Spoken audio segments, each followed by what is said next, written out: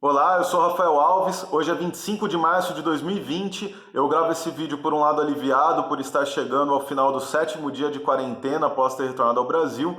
Por outro lado, me passa pela cabeça que talvez eu estivesse mais seguro em um dos países pelos quais eu passei, porque em nenhum deles o governante tentava deliberadamente matar a população. Ainda no dia 15 de março eu gravei um vídeo em Budapeste, na Hungria, mostrando como a cidade estava vazia, apesar de ser uma data festiva no país, quando a Hungria contava ainda apenas com 32 casos da Covid-19, sendo 10 deles importados, estrangeiros que haviam chegado ao país. No mesmo dia 15 de março, o Brasil tinha protestos que em si já são condenáveis por defender o fechamento do Congresso e atacarem o STF, mas o mandatário do país não só os estimulava, como devendo estar em quarentena diante da confirmação de vários casos da Covid-19 na comitiva que o havia acompanhado para os Estados Unidos, não só estimulou os protestos, como participou deles, fazendo selfies e confraternizando com correligionários.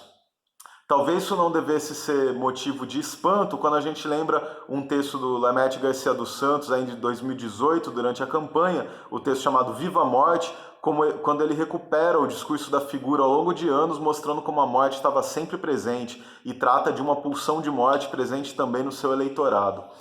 Há alguns dias, a filósofa Márcia Tiburi publicou um texto, creio que inicialmente no site socialista Morena, depois foi replicado em outros sites como 247, em que ela analisa neoliberalismo e a possibilidade de extinção e faz um comentário que me impressionou, que é o fato do mandatário agora utilizar o próprio corpo como arma. A coisa piora, né? Impressionantemente ela consegue piorar. Ontem teve um pronunciamento que hoje foi reforçado, defendendo o fim da quarentena, defendendo que o comércio reabra, as escolas reabram e etc. E se você não entende qual é esse problema quando se diz que, poxa, só uma parte da população vai ter doença, o desenvolvimento mais sério da doença, então a gente só precisa isolar essa parte, o resto da população pode continuar circulando, é preciso que você tenha em conta que o vírus, que eu nem sei se dá para chamar de um ser vivo, porque ele não se reproduz sozinho, o vírus ele depende das suas células para se replicar. Para algo que não é um ser vivo, talvez tenha uma baita de uma vontade de viver, porque ele consegue reprogramar as células do hospedeiro para produzir réplicas de si mesmo. Então, se você continua em circulação, você entra em contato com o vírus, o seu corpo passa a produzir esse vírus. Como é que você vai manter em isolamento as pessoas com mais de 60 anos ou com comorbidades quando elas têm familiares que vão voltar para casa carregando esse vírus? Ainda que um idoso viva sozinho e peça delivery, o vírus persiste, né? Ele se mantém íntegro na embalagem de papelão por 24 horas, no plástico por 72 horas, até a embalagem do delivery pode levar esse vírus para esse idoso.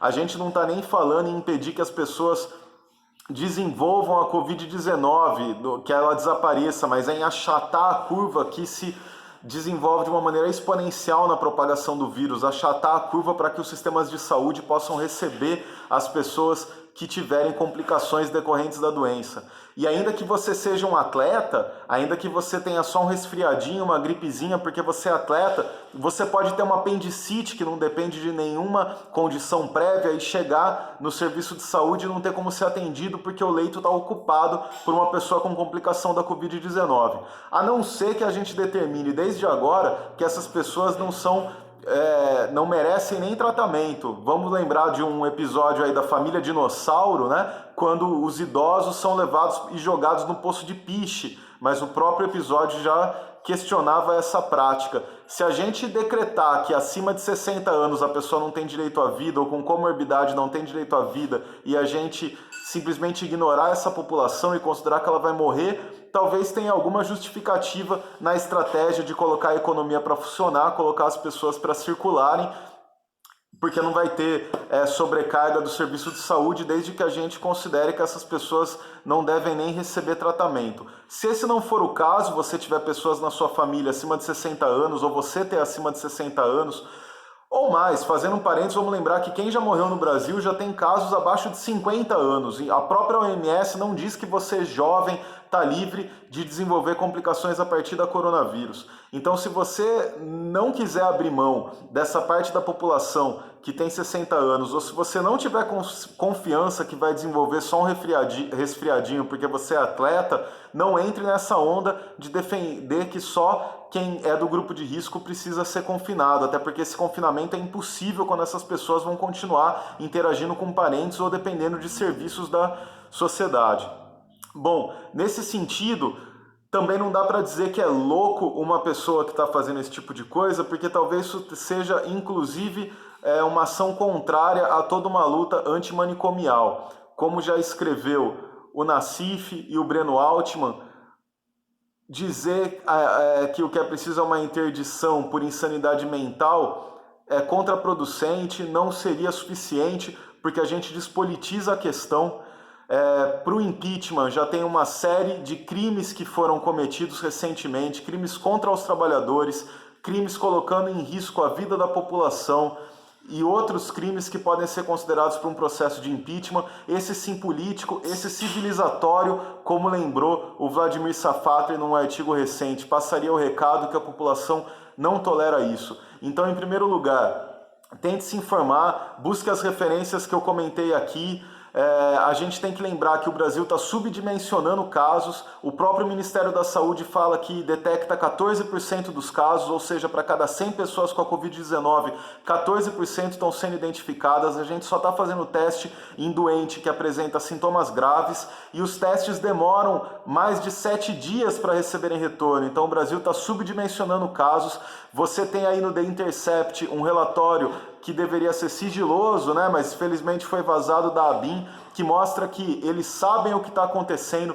Tem uma projeção, uma das projeções mostra que só o estado de São Paulo pode chegar a 80 mil casos nas próximas 2 semanas. 80 mil casos, meu amigo, lembra? É a China, você vai ter a China dentro do estado de São Paulo. Então procure se informar, veja que é uma falácia, uma estratégia que defende que só uma parte da população fique sob quarentena quando tem risco, a não ser, e sinceramente aí eu não sei qual que é o cálculo, porque eu lembro, não é loucura, seria inclusive passar um pano e dizer que é loucura e o que é preciso é uma intervenção psiquiátrica. Não é loucura, tem um cálculo aí. Me passa pela cabeça se o cálculo seria: os estados tomam as suas medidas e a figura fica defendendo que elas são exagero, e daqui a um tempo, quando a gente tiver um número limitado de mortes, vem o discurso de, tá vendo, eu não disse que era uma gripezinha, os que morreram foram iguais, tais e tais países, e o impacto na economia está muito maior, mas não é culpa minha, porque não fui eu que falei para parar a economia.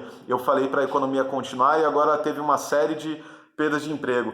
Lembrando que os países que estão tomando medidas, eles não tomam medidas só na saúde, eles também tomam medidas com relação ao emprego. Inclusive os Estados Unidos estão tomando medidas, mandando cheques para a população, considerando o impacto sobre as empresas e sobre os trabalhadores. Você tem outros países que têm medidas de recebimento de salário, o que seria um salário-desemprego aqui no Brasil, inclusive para autônomos que vão ter a sua renda suspensa na medida que a circulação é reduzida. Então, eu não sei qual é a estratégia do mandatário, se é passar da crise e dizer, tá vendo, eu disse que não era tudo isso, mas e se não der certo, né? E se a gente tiver no Brasil uma montanha de corpos, muito mais do que a Itália, porque esses países que já tiveram acima de 7 mil mortos, como é a Itália, eles tiveram esses mortos parando o país. Imagina se não parar, e o Brasil é muito maior que a Itália. Então, eu não sei se daí, dando errado, não é? Tendo uma pilha de corpos, o recado vai ser qual? Olha, conseguimos pelo menos fazer uma reforma eficiente da Previdência. Já que a gente matou um monte de idosos, a gente diminuiu a pressão sobre a Previdência, ou diminuiu o desemprego, porque agora tem uma percentagem menor de desempregados, já que eles morreram, né?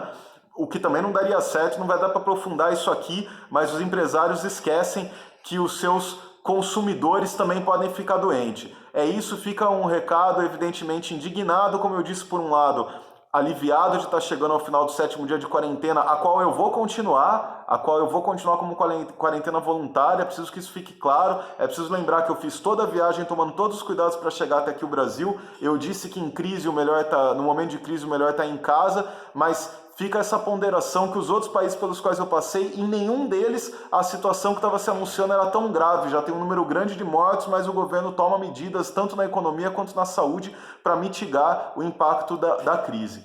Um abraço, consciência. Se você tem curiosidade, vai atrás aí das referências que foram dadas, desenvolva sua própria opinião e fique em casa. Um abraço.